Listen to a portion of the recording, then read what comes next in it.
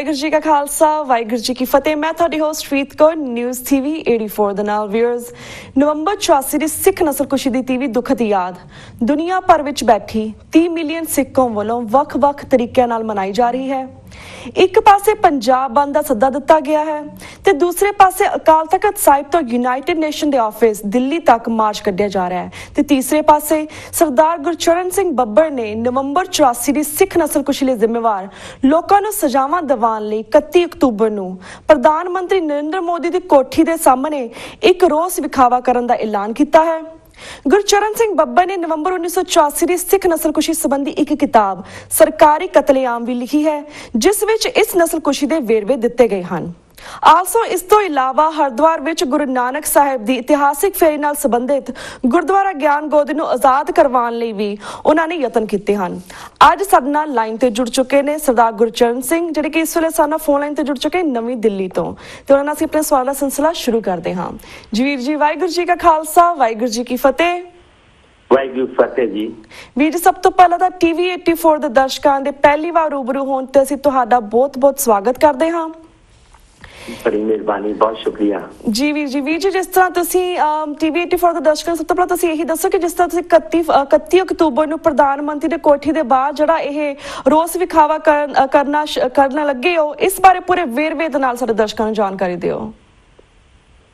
ਦੇਖੋ ਜੀ, 1984 ਦੇ ਮਾਮਲੇ ਦੇ ਉੱਤੇ BJP ਨੇ ਔਰ ਨਰਿੰਦਰ ਮੋਦੀ ਨੇ ਆਪਣੀਆਂ ਰੈਲੀਆਂ ਦੇ ਵਿੱਚ, ਆਪਣੇ ਮੈਨੀਫੈਸਟੋ ਦੇ ਵਿੱਚ, ਆਪਣੀ ਪਾਰਟੀ ਦੇ ਮੰਚਾਂ ਦੇ ਉੱਤੇ ਬੜਾ ਜ਼ੋਰਦਾਰ ਲਫ਼ਜ਼ਾਂ ਨਾਲ ਕਿਹਾ ਕਿ ਅਸੀਂ ਤਾਕਤ ਵਿੱਚ ਆਵਾਂਗੇ ਤੇ 1984 ਦੇ ਕਾਤਲਾਂ ਨੂੰ ਸਜ਼ਾਵਾਂ ਦਿਵਾਵਾਂਗੇ। ਹਾਂਜੀ। ਅਸੀਂ ਹੁਣ ਨਰਿੰਦਰ ਮੋਦੀ ਦੇ 100 ਦਿਨ ਤੋਂ ਵੀ ਬਹੁਤ ਵਕਤ ਅੱਗੇ ਗੁਜ਼ਰ ਗਿਆ ਹੈ ਜੀ। ਅਸੀਂ ਇਹਨਾਂ ਨੂੰ ਮੈਮੋਰੰਡਮ ਔਰ ਚਿੱਠੀਆਂ ਭਿਜਵਾਈਆਂ ਪਰ ਕੋਈ ਜਵਾਬ ਨਹੀਂ ਆਇਆ। ਹਾਂਜੀ। ਅਸੀਂ ਉਹਨਾਂ ਨੂੰ ਇੱਕ ਹੋਰ ਚਿੱਠੀ ਲਿਖੀ ਕਿ ਸਾਨੂੰ ਤੁਸੀਂ ਵਕਤ ਦਿਓ, ਅਸੀਂ ਤੁਹਾਨੂੰ ਦੱਸੀਏ ਡਿਟੇਲ ਨਾਲ ਕਿ ਕਾਂਗਰਸ ਸਰਕਾਰ ਨੇ ਸਿੱਖਾਂ ਨਾਲ 1984 ਚ ਕੀ ਕੀਤਾ। ਹਾਂਜੀ। ਉਸ ਖੱਤ ਦਾ ਵੀ ਇਹਨਾਂ ਦਾ ਸਾਨੂੰ ਕੋਈ ਜਵਾਬ ਨਹੀਂ ਮਿਲਿਆ ਤੇ ਸਾਨੂੰ ਫਿਰ ਮਜਬੂਰ ਹੋ ਕੇ ਨਰਿੰਦਰ ਮੋਦੀ ਦੀ ਕੋਠੀ ਤੇ ਇੱਕ ਮੁਜ਼ਾਹਰਾ ਕਰਨਾ ਪੈ ਰਿਹਾ ਹੈ। ਹਾਂਜੀ। ਅਸੀਂ ਪ੍ਰਧਾਨ ਮੰਤਰੀ ਮੋਦੀ ਨੂੰ ਜਦ ਕਿ ਇਹਨਾਂ ਸਾਰਿਆਂ ਨੂੰ ਸਾਰੀਆਂ ਗੱਲਾਂ ਪਤਾ ਨਹੀਂ ਜੀ, ਇਸ ਦੇ ਬਾਵਜੂਦ ਵੀ ਅਸੀਂ ਡਿਟੇਲ ਦੇ ਵਿੱਚ ਇੱਕ ਮੈਮੋਰੰਡਮ ਤਿਆਰ ਕੀਤਾ। ਅਸੀਂ ਦੱਸ ਰਹੇ ਹਾਂ ਕਿ ਦਿੱਲੀ ਦੇ ਵਿੱਚ ਜਿਹੜੇ ਸਿੱਖ ਮਾਰੇ ਗਏ ਸੀ, ਗੱਲਾਂ ਬਹੁਤ ਨੇ। ਹਾਂਜੀ। ਪਰ ਟਾਈਮ ਦੇ ਮੁਤਾਬਕ ਚੀਜ਼ਾਂ ਬਦਲ ਜਾਂਦੀਆਂ ਨੇ ਜੀ, ਕਿਉਂਕਿ 30 ਸਾਲ ਹੋ ਗਏ ਨੇ ਔਰ ਗੱਲ ਜਿਹੜੀ ਇੱਕ ਦੋ ਲੀਡਰਾਂ ਤੱਕ ਨਹੀਂ ਹੈ। ਹਾਂਜੀ। ਕੋਈ ਜਗਦੀਸ਼ ਟਾਈਟਰ ਔਰ ਸਜਨ ਕੁਮਾਰ ਤੱਕ ਗੱਲ ਸੀਮਤ ਨਹੀਂ ਹੈ, ਗੱਲ ਬਹੁਤ ਵੱਡੀ ਹੈ। ਹਾਂਜੀ। 1984 ਦੇ ਵਿੱਚ ਮੈਂ ਇੱਕ ਸਰਕਾਰ ਨੂੰ ਇੱਥੇ RTI ਲਾ ਕੇ ਸਾਰੀਆਂ ਖਬਰਾਂ ਮੈਂ ਲਈਆਂ ਜੀ। ਇਹਨਾਂ ਖਬਰਾਂ 'ਚ ਪਤਾ ਲੱਗਿਆ ਕਿ ਦਿੱਲੀ ਦੇ ਵਿੱਚ 1984 ਦੇ ਵਕਤ ਮਾਰੇ ਗਏ ਨਿਰਦੋਸ਼ ਸਿੱਖਾਂ ਦੀਆਂ ਲਾਸ਼ਾਂ ਦਾ ਜਿਹੜਾ ਸੰਸਕਾਰ ਹੈ, ਹਾਂਜੀ, ਉਹ ਸ਼ਮਸ਼ਾਨ ਘਾਟਾਂ ਦੇ ਉੱਤੇ ਦਿੱਲੀ ਵਿੱਚ ਨਹੀਂ ਹੋਇਆ ਜੀ, ਕਿਉਂਕਿ 5000 ਸਿੱਖ ਮਾਰੇ ਗਏ ਸੀਗੇ। 5000 ਸਿੱਖਾਂ ਦੇ ਵਾਸਤੇ ਲੱਕੜ ਸਮੱਗਰੀ ਇੰਤਜ਼ਾਮ ਔਰ ਇੱਕ ਸਿੱਖ ਨੂੰ ਸਾੜਨ ਵਾਸਤੇ ਇਹਨਾਂ ਨੂੰ ਬੜਾ ਵਕਤ ਚਾਹੀਦਾ ਸੀਗਾ। ਹਾਂਜੀ। ਇਹਨਾਂ ਨੇ ਰਾਤ ਦੇ ਹਨੇਰੇ ਦੇ ਵਿੱਚ ਸਿੱਖਾਂ ਦੀਆਂ ਲਾਸ਼ਾਂ ਨੂੰ ਦਿੱਲੀ ਪੁਲਿਸ ਨੇ ਇਕੱਠਾ ਕਰਕੇ ਜੀ ਦਿੱਲੀ ਦੇ ਆਸ-ਪਾਸ ਅਰਾਵਲੀ ਦੀਆਂ ਪਹਾੜੀਆਂ ਦੇ ਵਿੱਚ ਲੈ ਗਏ। ਹਾਂਜੀ। ਇਹਨਾਂ ਨੇ ਦਿੱਲੀ ਦੇ ਵਿੱਚ ਥਾਂ-ਥਾਂ ਤੇ ਟਰੱਕਾਂ ਤੇ ਲਾਸ਼ਾਂ ਨੂੰ ਘਸੀਟ ਕੇ ਜਾਨਵਰਾਂ ਦੀਆਂ ਤਰ੍ਹਾਂ ਇੱਕ ਲਾਸ਼ ਦੇ ਉੱਤੇ ਦੂਸਰੀ ਲਾਸ਼ ਰੱਖ ਕੇ ਟਰੱਕ ਭਰ ਕੇ ਜੀ, ਔਰ ਇਹ ਟਰੱਕ ਭਰ ਕੇ ਦਿੱਲੀ ਦੇ ਕੋਲ ਅਰਾਵਲੀ ਦੀਆਂ ਪਹਾੜੀਆਂ ਨੇ। ਹਾਂਜੀ। ਉਹਨਾਂ ਪਹਾੜੀਆਂ ਦੇ ਵਿੱਚ ਰਾਤ ਦੇ ਹਨੇਰੇ ਦੇ ਵਿੱਚ ਲੈ ਗਏ, ਕਿਉਂਕਿ ਰਾਤਾਂ ਠੰਡੀਆਂ ਸਨ, ਰਾਤਾਂ ਕਾਲੀਆਂ ਸਨ। ਸਿੱਖ ਡਰੇ ਹੋਏ ਘਰਾਂ ਛੁਪੇ ਹੋਏ ਸੀਗੇ। ਇਹਨਾਂ ਨੇ ਸਿੱਖਾਂ ਦੀਆਂ ਲਾਸ਼ਾਂ ਨੂੰ ਪਹਾੜੀਆਂ ਤੇ ਲਿਜਾ ਕੇ ਪੈਟਰੋਲ, ਕੈਮੀਕਲ, ਡੀਜ਼ਲ ਪਾ ਕੇ ਡਿਸਟਰੋਏ ਕਰ ਦਿੱਤਾ ਜੀ। ਉਹਨਾਂ ਲਾਸ਼ਾਂ ਦੀ ਫਿਰ ਰਾਤ ਨੂੰ ਇਹਨਾਂ ਨੇ ਪਹਾੜਾਂ ਤੇ ਜੰਗਲਾਂ ਤੇ ਫੈਲਾ ਦਿੱਤਾ। ਅਸੀਂ ਇੱਕ ਤੇ ਖੁਲਾਸਾ ਇਹ ਕੀਤਾ ਕਿ ਸਿੱਖਾਂ ਦੀਆਂ ਲਾਸ਼ਾਂ ਦਾ ਜਿਹੜਾ ਬੜਾ ਭਾਰੀ ਅਪਮਾਨ ਹੋਇਆ। ਹਾਂਜੀ। ਇੱਕ ਤੇ ਕਤਲ ਕਰਨ ਵਾਲਿਆਂ ਨੇ ਕਤਲ ਕੀਤੇ, ਉਹ ਗੱਲ ਪਹਿਲਾ ਰੋਲ ਹੈ। ਹਾਂਜੀ। ਫਿਰ ਪੁਲਿਸ ਨੇ ਸਿੱਖਾਂ ਦੀਆਂ ਲਾਸ਼ਾਂ ਦਾ ਕਿਤਨੇ ਭਿਆਨਕ ਤਰੀਕੇ ਨਾਲ ਕਤਲ ਕੀਤਾ ਸਰਕਾਰ ਦੇ ਇਸ਼ਾਰੇ ਤੇ। ਹਾਂਜੀ। ਅਸੀਂ ਇੱਕ ਡਿਟੇਲ ਤੇ ਇਹਨਾਂ ਨੂੰ ਆਹ ਦੇ ਰਹੇ ਹਾਂ ਜੀ। ਦੂਸਰੀ ਅਸੀਂ ਦੇ ਰਹੇ ਹਾਂ ਕਿ ਦਿੱਲੀ ਪੁਲਿਸ ਦੇ ਕਿਲਰ ਪੁਲਿਸ ਅਫਸਰਾਂ ਦੀ ਲਿਸਟ, ਜਿਨ੍ਹਾਂ ਪੁਲਿਸ ਅਫਸਰਾਂ ਨੇ ਸਿੱਖਾਂ ਨੂੰ ਕਤਲ ਕਰਨ ਦੇ ਵਿੱਚ ਬਹੁਤ ਵੱਡਾ ਰੋਲ ਅਦਾ ਕੀਤਾ, ਉਹ 72 ਪੁਲਿਸ ਅਫਸਰਾਂ ਦੀ ਲਿਸਟ ਅਸੀਂ ਮੋਦੀ ਨੂੰ ਦੇਣ ਲੱਗੇ ਹਾਂ। ਹਾਂਜੀ। ਉਹ ਲਿਸਟ ਨਾਮਜ਼ਦ ਹੈ। ਜਿਹੜਾ ਅਫਸਰ ਕਿੱਥੇ ਸੀ, ਉਹਨੇ ਕੀ ਰੋਲ ਕੀਤਾ ਸੀ, ਉਹਦਾ ਨਾਮ ਪਤਾ ਸਭ ਕੁਝ ਅਸੀਂ ਮੈਂਸ਼ਨ ਕਰਕੇ ਦੇ ਰਹੇ ਹਾਂ। ਹਾਂਜੀ। ਤਾਂ ਕਿ ਇਹਨਾਂ ਨੂੰ ਇਹ ਕਹਿਣ ਦਾ ਮੌਕਾ ਨਾ ਮਿਲੇ ਕਿ ਅਸੀਂ ਕਿਸ ਨੂੰ ਪਕੜੀਏ। ਜੀ। ਇਹ ਕਿਤੇ ਸਾਰਾ ਜਿਹੜਾ ਸਭ ਤੋਂ ਵੱਡਾ ਰੋਲ ਸੀਗਾ ਲਾਸ਼ਾਂ ਨੂੰ ਡਿਸਟਰੋਏ ਕਰਨੇ ਦਾ ਔਰ ਸਿੱਖਾਂ ਨੂੰ ਤਬਾਹ ਕਰਨ ਦਾ, ਉਹ ਦਿੱਲੀ ਪੁਲਿਸ ਦਾ ਸੀ। ਔਰ ਪੁਲਿਸ ਆਫੀਸਰ ਹਾਲੀ ਵੀ ਜਿੰਦਾ ਨੇ। ਹਾਂਜੀ। ਕੁਝ ਨੂੰ ਛੱਡ ਦਈਏ ਜੀ। ਅਸੀਂ ਇਹ ਦੋ ਤਿੰਨ ਚੀਜ਼ਾਂ ਜਿਹੜੀਆਂ ਵੱਡੇ ਤੌਰ ਤੇ ਲੈ ਕੇ ਆਉਣਾ ਚਾਹੁੰਦੇ ਹਾਂ, ਕਿਉਂਕਿ ਸਾਰੀ ਦੁਨੀਆ ਦੇ ਵਿੱਚ ਇੱਕ ਗੱਲ ਜਾ ਰਹੀ ਹੈ। ਹਾਂਜੀ। ਕਿ ਟਾਈਟਲਰ ਸੱਜਣ ਕੁਮਾਰ ਅਸੀਂ ਚਾਹੁੰਦੇ ਹਾਂ ਕਿ ਜਿਹੜੇ ਵੱਡੇ ਲੋਕ ਸਨ, ਜਿਨ੍ਹਾਂ ਦੇ ਵਿੱਚ ਉਸ ਵਕਤ ਦਾ ਗਵਰਨਰ ਪੀਜੀ ਗਵਾਈ ਸੀ, ਹਾਂਜੀ, ਪੁਲਿਸ ਕਮਿਸ਼ਨਰ ਸੁਭਾਸ਼ ਚੰਦਨ ਸੀ ਜੀ, ਹੋਮ ਸੈਕਟਰੀ MMK ਵਲੀ ਸੀ ਜੀ। ਸਭ ਤੋਂ ਜਿਹੜੀ ਜ਼ਿਆਦਾ ਆਵਾਜ਼ ਉਠਾਉਣ ਵਾਲੀ ਗੱਲ ਸੀ ਕਿ ਵੱਡੀਆਂ ਪੋਸਟਾਂ ਤੇ ਬੈਠੇ ਹੋਏ ਜਿਹੜੇ ਆਫੀਸਰ ਸਨ, ਉਹਨਾਂ ਨੇ ਇਸ ਕਾਰਨੇਜ ਨੂੰ ਆਰਗੇਨਾਈਜ਼ ਕੀਤਾ ਥਰੂ ਦਿੱਲੀ ਪੁਲਿਸ ਜੀ। ਔਰ ਇਹ ਨਾਮਜ਼ਦ ਚੀਜ਼ਾਂ ਨੇ। ਹਾਂਜੀ। ਅਸੀਂ ਇਸ ਮੁੱਦੇ ਦੇ ਉੱਤੇ 31 ਅਕਤੂਬਰ ਨੂੰ ਸਵੇਰੇ 12 ਵਜੇ ਮੋਦੀ ਦੀ ਕੋਠੀ ਤੇ ਵਿਧਵਾਵਾਂ, ਯਤੀਮ ਬੱਚਿਆਂ ਔਰ ਜਿਹੜੇ ਵਿਕਟਮ ਨੇ ਉਹਨਾਂ ਨੂੰ ਲੈ ਕੇ ਇੱਕ ਪ੍ਰਦਰਸ਼ਨ ਕਰਾਂਗੇ ਮੀਡੀਆ ਦੀ ਵੱਡੀ ਮੌਜੂਦਗੀ ਦੇ ਵਿੱਚ। ਜੀ ਵੀਰ ਜੀ। ਤੇ ਵੀਰ ਜੀ, ਜਿਸ ਤਰ੍ਹਾਂ ਤੁਸੀਂ ਗੱਲ ਕੀਤੀ ਹੈ ਕਿ ਕਿਸ ਤਰ੍ਹਾਂ ਇਹਨਾਂ ਸਿੱਖ ਕਤਲੇਆਮ ਕੀਤਾ ਸੀ, ਇਟਸ ਬਿਨ 30 ਇਅਰਸ ਐਂਡ ਜਿਸ ਤਰ੍ਹਾਂ ਸਰਕਾਰਾਂ ਕਾਫੀ ਬਦਲੀਆਂ ਨੇ 30 ਇਅਰਸ ਦੇ ਵਿੱਚ, ਤੁਹਾਨੂੰ ਕੀ ਲੱਗਦਾ ਕਿ ਜਿਹੜੀ ਮੋਦੀ ਸਰਕਾਰ ਹੈ, ਇਹਨਾਂ ਨੇ ਕੀ ਕਰ ਲੈਣਾ ਸਿੱਖਾਂ ਦੇ ਲਾਗੇ? ਸਾਨੂੰ 30 ਸਾਲ ਚ ਇਨਸਾਫ ਨਹੀਂ ਮਿਲਿਆ, ਇਸ ਤਰ੍ਹਾਂ ਤੁਸੀਂ ਮੈਮੋਰੈਂਡਮ ਲੈ ਕੇ ਜਾਓਗੇ, ਯੂ ਥਿੰਕ ਕਿ ਇਹਨਾਂ ਕੋ ਸਾਨੂੰ ਆਸਵੰਦ ਹੋਣਾ ਚਾਹੀਦਾ? ਦੇਖੋ, ਇੱਕ ਗੱਲ ਹੈ, ਇਹਨਾਂ ਨੇ ਸਾਨੂੰ ਵੀ ਪਤਾ, ਇਹਨਾਂ ਨੇ ਸਾਨੂੰ ਕੁਝ ਨਹੀਂ ਦੇਣਾ ਜੀ, ਸਾਨੂੰ ਪਤਾ ਹੈ। ਪਰ ਅਸੀਂ ਇਹ ਮੈਸੇਜ ਜ਼ਰੂਰ ਦੇਣਾ ਚਾਹੁੰਦੇ ਹਾਂ ਕਿ ਚਾਹੇ 200 ਸਾਲ ਵੀ ਲੱਗ ਜਾਣ ਜੀ, ਅਸੀਂ ਲੜਾਂਗੇ। ਹਾਂਜੀ, ਬਿਲਕੁਲ। ਅਸੀਂ ਇਹ ਮੈਸੇਜ ਜ਼ਰੂਰ ਦੇਣਾ ਚਾਹੁੰਦੇ ਹਾਂ ਕਿ ਅਸੀਂ ਚੁੱਪ ਨਹੀਂ ਰਹਾਂਗੇ, ਅਸੀਂ ਲੜਾਂਗੇ। ਜਦ ਕਦੀ ਸਾਡਾ ਮੌਕਾ ਆਇਆ ਤੇ ਉਹ ਗੱਲ ਵੱਖਰੀ ਹੈ, ਹਾਲੀ ਹਾਲਾਤ ਹੋਰ ਤਰ੍ਹਾਂ ਦੇ ਨੇ। ਪਰ ਇੱਕ ਗੱਲ ਬੜੀ ਵੱਡੀ ਹੈ, 30 ਸਾਲ बीत जाने तो बावजूद भी है मुद्दा आज भी उतना ਵੱਡਾ है जितना 30 साल पहले ਸੀਗਾ। ਜੀ ਤੇ ਵੀਰ ਜੀ, ਜਿਸ ਤੁਸੀਂ ਇੱਕ ਬੁੱਕ ਵੀ ਪੁਸਤਕ ਵੀ ਲਿਖੀ ਸੀ ਸਰਕਾਰੀ ਕਤਲੇਆਮ, ਅਸੀਂ ਚਾਹਾਂਗੇ ਤੁਸੀਂ ਉਹਦੇ ਬਾਰੇ ਵੀ ਸਾਡੇ ਦਰਸ਼ਕਾਂ ਨੂੰ ਥੋੜੀ ਬਹੁਤੀ ਜਾਣਕਾਰੀ ਦਿਓ। ਆਲਸੋ ਜਿਸ ਤਰ੍ਹਾਂ ਅਸੀਂ ਗੱਲ ਕਰਦੇ ਕਿ ਕਤਲੇਆਮ ਜਿਹਨਾਂ ਨੇ ਕੀਤਾ ਹਜੇ ਤੱਕ ਬਾਹਰ ਖੁੱਲੇ ਫਿਰ ਰਹੇ ਨੇ, ਸਾਨੂੰ ਤਾਂ 2-3 ਨਾਮ ਪਤੇ ਨੇ, ਜਿਸ ਤਰ੍ਹਾਂ ਜਗਦੀਸ਼ ਟਾਈਟਲਰ ਜਾਂ ਸੱਜਣ ਕੁਮਾਰ, ਤੁਸੀਂ ਕਿਹਾ ਸੀ ਹੋਰ 72 ਪੁਲਿਸ ਆਫੀਸਰਸ ਨੇ। ਇਹਨਾਂ ਸਾਰਿਆਂ ਨੂੰ ਕਿਉਂ ਨਹੀਂ ਸਜ਼ਾ ਮਿਲੀਆਂ ਹਜੇ ਤੱਕ? What's the reason behind it? ਦੇਖੋ, ਦੋ ਤਿੰਨ ਗੱਲਾਂ ਸਾਡੇ ਤੋਂ, ਸਾਡੇ ਕੌਮ ਤੋਂ, ਸਾਡੇ ਲੀਡਰਾਂ ਤੋਂ, ਸਾਡੇ ਸਾਰਿਆਂ ਤੋਂ ਅਸੀਂ ਕਰਨੀਆਂ ਸੀ ਜਿਹੜੀਆਂ ਅਸੀਂ ਨਹੀਂ ਕੀਤੀਆਂ ਜੀ। ਤੁਹਾਨੂੰ ਮੇਰੀ ਗੱਲ ਸੁਣ ਕੇ ਬੜੀ ਹੈਰਾਨੀ ਹੋਏਗੀ। ਹਾਂਜੀ।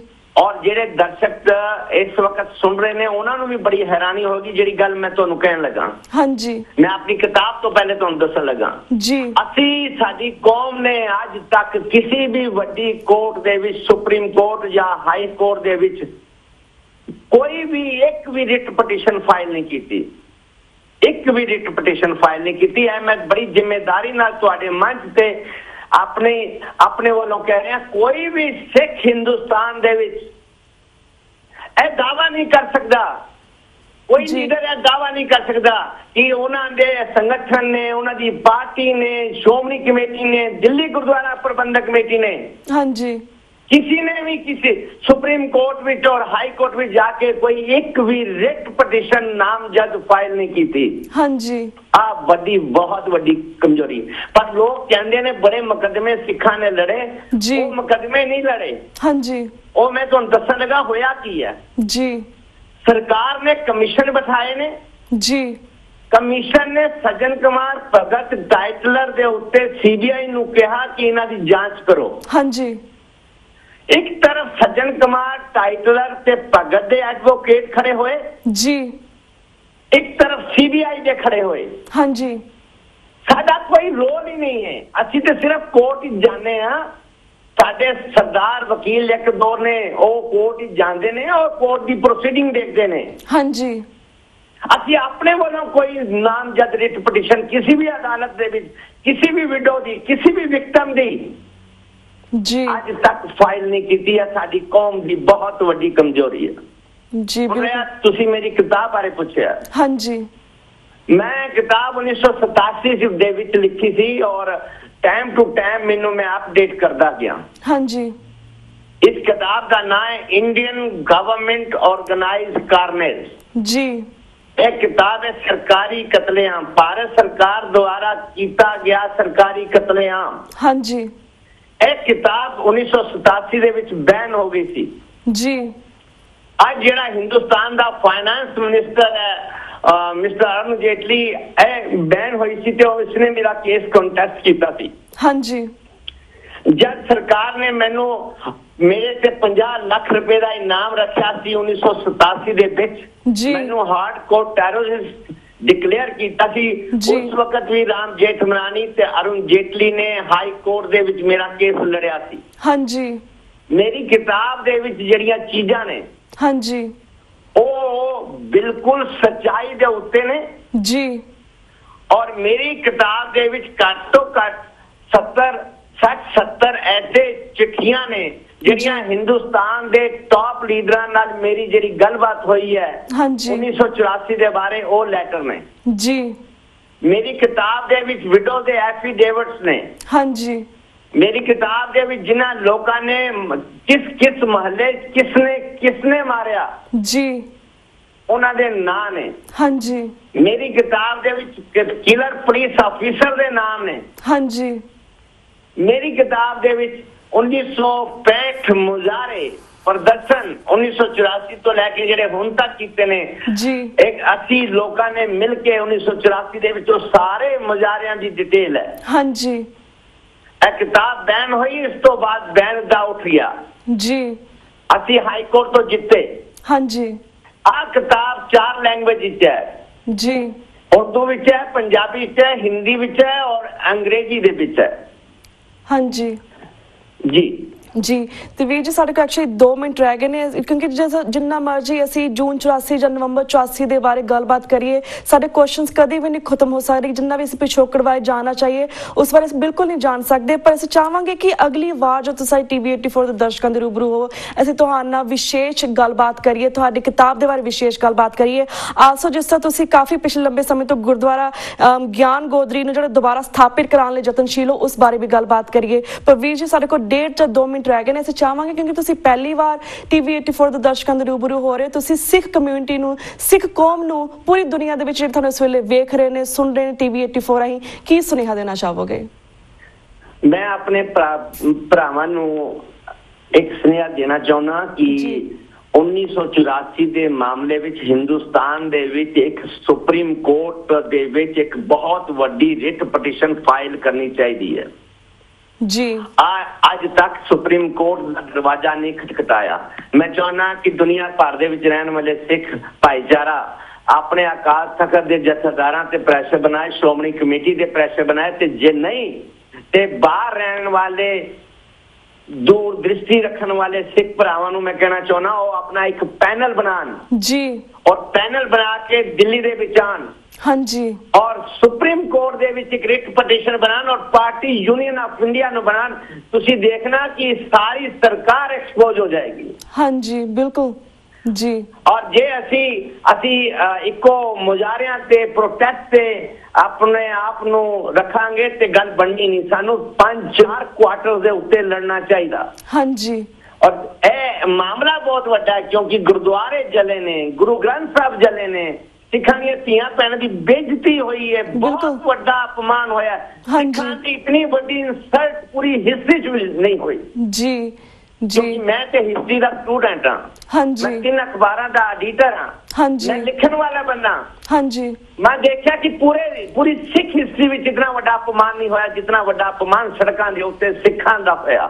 ਹਾਂਜੀ। 1984 ਦੇ ਵਿੱਚ ਗੁਰਦੁਆਰੇ ਜਲੇ, ਗੁਰੂ ਗ੍ਰੰਥ ਸਾਹਿਬ ਜਲੇ, ਥਾਂ ਸਿੱਖ ਜਲੇ, ਸਿੱਖਾਂ ਦੀਆਂ ਧੀਆਂ ਭੈਣਾਂ ਦੀ ਬੇਇੱਜ਼ਤੀ ਹੋਈ, ਬੜਾ ਕੁਝ ਹੋਇਆ। ਸਿੱਖਾਂ ਦੇ ਨਾਲ ਨਾਰੇ ਲਾਏ ਗਏ, ਕੱਛਿਆ ਕੜਾ ਤੇ ਕਿਰਪਾਨ ਭੇਜ ਦਾਂਗੇ ਪਾਕਿਸਤਾਨ। जी सिखा के बारे कहा गया कि पंजाब तो ट्रेना कट के हिंदू भेजे ने, बड़िया अफवाह फैलाइया गया, बड़ा कुछ होया। मैं चाहना कि दुनिया भर के सूझवान सिखां का एक पैनल इस मामले के उत्ते सुप्रीम कोर्ट दे विच एक रिट पटिशन फाइल करे और पार्टी यूनियन ऑफ इंडिया ਨੂੰ बनाए। जी बिल्कुल वीर जी। तो वीर जी इस तरह इत्थे नवंबर 7 ਨੂੰ ਅਸੀਂ न्यूयॉर्क ਦੇ ਵਿੱਚ यूनाइटेड नेशन बिल्डिंग ਦੇ ਮੂਹਰੇ ਵੀ ਅਸੀਂ ਪ੍ਰੋਟੈਸਟ ਕਰ ਰਹੇ ਹਾਂ, ਇੱਕ ਮਾਰਚ ਕਰ ਰਹੇ ਹਾਂ ਕਾਫੀ ਵੱਖ-ਵੱਖ ਸਿੱਖ ਜਥੇਬੰਦੀਆਂ ਦੇ ਨਾਲ। ਅਸੀਂ ਟੀਵੀ 84 ਰਾਹੀਂ ਵੀ ਉਹਨਾਂ ਤੱਕ ਪਹੁੰਚ ਕਰਾਂਗੇ ਜਿਸ ਤਰ੍ਹਾਂ ਤੁਸੀਂ ਸਾਨੂੰ ਗੱਲ ਕੀਤੀ ਕਿ ਇਹਨੂੰ ਸੁਪਰੀਮ ਕੋਰਟ ਤੱਕ ਲੈ ਕੇ ਜਾਈਏ। ਅਸੀਂ ਇਸ ਬਾਰੇ ਪੂਰੀ ਪਹੁੰਚ ਕਰਾਂਗੇ ਆਪਣੇ ਵੱਲੋਂ। ਇੱਕ ਗੱਲ ਹੋਰ ਮੈਂ ਕਹਿਣਾ ਚਾਹੁੰਦਾ, ਕਈ ਲੋਕਾਂ ਨੂੰ, ਮੇਰੇ ਭਾਈਚਾਰੇ ਦੇ ਲੋਕਾਂ ਨੂੰ ਬੜਾ ਇਹ ਹੈਗਾ ਕਿ ਅਸੀਂ ਬੜੇ ਮੁਕੱਦਮੇ ਲੜੇ, ਬੜੇ ਕੇਸ ਲੜੇ, ਬੜੀਆਂ ਅਦਾਲਤਾਂ 'ਚ ਗਏ। ਮਾਫ करना, मैं दावे नाल तुहानू एक गल कही है तुहाडे मंच ते, किसी भी सिख ने, किसी भी वकील ने आज तक सुप्रीम कोर्ट और high court they which union of India नू पार्टी बना के एक भी रिट पटिशन फाइल नहीं की, एक भी मुकदमा फाइल नहीं किया। जी बिल्कुल वीर जी। तो वीर जी इस बारे ਅਸੀਂ पूरी पहुंच करांगे टीवी 84 ਰਾਹੀਂ। पर ਸਾਡਾ ਹੁਣ ਵਕਤ ਬ੍ਰੇਕ ਵੱਲ ਜਾ ਰਿਹਾ, ਤੁਹਾਡੇ ਕੋਲ ਇਜਾਜ਼ਤ ਲੈਣ ਦਾ ਵੀ ਸਮਾਂ ਹੋ ਰਿਹਾ। ਅਗਲੀ ਵਾਰ ਫਿਰ ਤੁਹਾਨੂੰ ਅਸੀਂ टीवी 84 ਦੇ ਦਰਸ਼ਕਾਂ ਨੂੰ ਰੂਬਰੂ ਕਰਵਾਵਾਂਗੇ, ਪਰ ਹੁਣ ਤੁਹਾਡੇ ਕੋਲ ਇਜਾਜ਼ਤ ਲੈਣੇ ਵੀਰ ਜੀ। ਵਾਹਿਗੁਰੂ ਜੀ ਕਾ ਖਾਲਸਾ, ਵਾਹਿਗੁਰੂ ਜੀ ਕੀ ਫਤਿਹ। जी व्यूअर्स, वक्त हो गया एक छोटे से ब्रेक का। Keep watching news TV 84। Will be right back after a short break.